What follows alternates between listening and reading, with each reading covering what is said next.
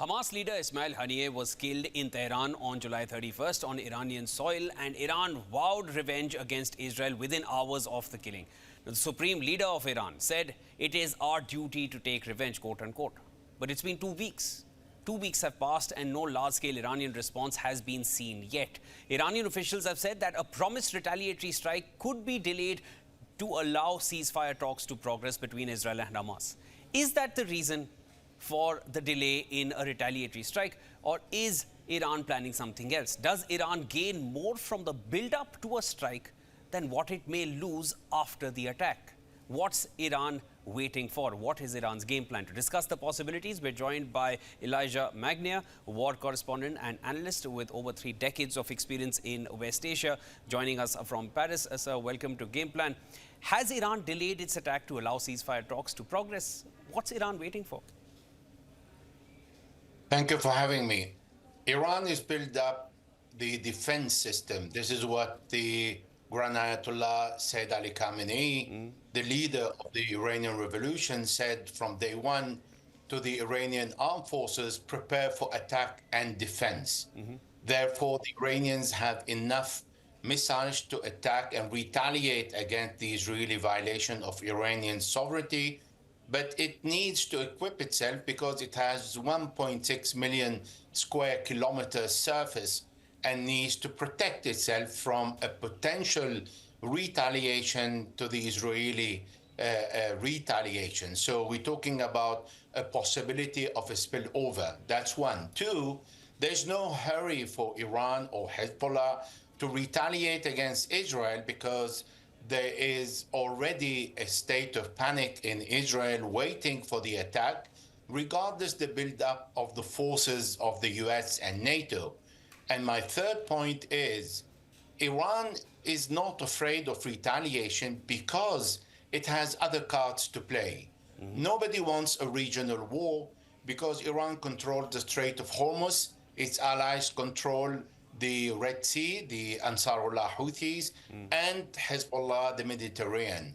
Therefore, it can easily cripple the world economy in case of an all-out war, which is an objective that nobody wants today. And this is why Iran doesn't fear attacking Israel in response to the Israeli assassination of Ismail Haniyeh, because it has many cards to play and it can defend itself following its response against Israel. Elijah, now the spokesman for Iran's foreign ministry, Nasser Kanaan, he recently said that Tehran is not interested in escalating the regional conflicts, but it wants to punish Israel. So essentially, what does Iran want at this point? Is it just a prestige issue that Haniyeh was killed on Iranian soil, so they must respond? Or is there something else that Iran is perhaps planning for? One of the reasons why we did not see retaliation is because it has been announced that tomorrow, Thursday, there will be a talk and negotiation for a ceasefire that most probably is not going to give anything. But the reason why Iran is not attacking and will attack is first because it doesn't want to look like the one that putting obstacles in a possibility of a deal which is still far-fetched. Secondly, because Israel attacked the capital, Tehran, and killed a guest that was received by Iran for the inauguration of the Iranian president. Not reacting means nobody's safe in Tehran. Nobody can visit Iran and feel safe. It can be subject to assassination attempt. This is where a sovereign country needs to reimpose itself. Now, Kanani said that he's not interested in an all-out war because for Iran, retaliating against Israel means the case is closed.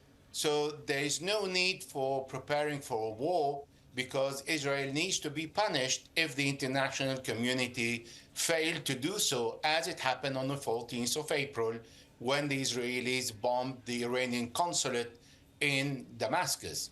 Therefore, what the Iranians are trying to say is we're not looking for widening the war, and the gathering of forces is not going to scare us, but most probably it's for the Israeli to say, okay, you have hit the guest of Iran. You killed, assassinated someone in the capital, Tehran. That's an offense of this, for the sovereign country. And now you accept the retaliation, and that's it. However, Iran needs to retaliate against a military target, not against a civilian target, which I think Iran will respect that. Elijah, now one would also assume that it's certain that Iran's negotiations with the West, with potential sanctions relief for Tehran, will most definitely get hampered if Iran retaliates, or rather when Iran retaliates. Will Iran lose more than it gains if it retaliates in a strong manner, one that it has vowed to do? This is a good point to raise. First of all, Joe Biden, before he arrived to the presidency, he promised to lift all the sanctions and sit around the table and agree on the JCPOA, the nuclear deal. He did not do that throughout his ruling. He's not going to do that in the last month. And the potentiality of Donald Trump to become a president is on the table. Therefore, Donald Trump is the one who shredded the JCPOA in 2018. Now, it is not in the interests of Israel and America to lift the sanctions on Iran, because Iran has become a regional power and it has strong allies. Lifting the sanctions means Iran will consolidate even further its position in the Middle East, and this is not something that the Americans would like to see. Now, we have seen President Masoud Pezeshkian on his inauguration. He extended his arm to peace, and he invited the West to lift the sanction and start talking. We've seen the next day Israel killing and assassinating a guest of Iran. That was a message that was received by the Iranians as a rejection, because Iran is subject to an assassination attempt of his guest and the killing of its guest in Tehran with the approval of the US, because the Israelis always need the US protection. And this is what's happening with the gathering of forces of NATO led by the US forces. Therefore, this is an attack that was not denied or it was approved by the US, that puts the US in complicity with Israel, which leads us to understand that there is really not a good intention to start a new page of peace with Iran, particularly when a pragmatic president has won the elections and it is known that he wants to open up to the West and start diluting all the sanctions and find a way to resolve all the problems. Elijah, one more point I wanted to raise with you and get your thoughts on this. You have decades of experience understanding this region. You can perhaps answer this with all your expertise in the matter. The Israeli Defense Forces are on peak alert. US has deployed a guided missile submarine, combat aircraft and warships in the region. Some US analysts suggest that they're not expecting an attack of an exceptional nature from Iran. Do you feel Iran gains more from the suspense before an impending large-scale attack on Israel, more than an actual attack which will surely warrant a retaliation? Do you think the build-up is one that Iran gains from more than the actual attack? If we listen to what the Israelis are saying, they are exhausting their resources while waiting. They have emptied the supermarket. They brought thousands of generators. They removed many parking places and transformed them into hospitals under the ground. They are afraid of going around and ask people to be very close to their shelters.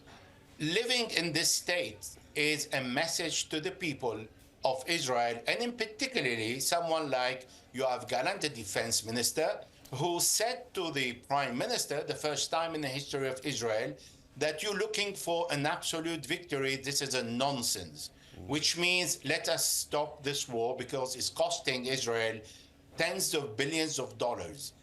Adding to that, opening up a front against Lebanon and Iran, it will increase the losses of Israel, which already in between 30 to 40 billion dollars losses because of this war. No tourism, no flight from any agency that is willing to go and land in Israel for fear of the attack.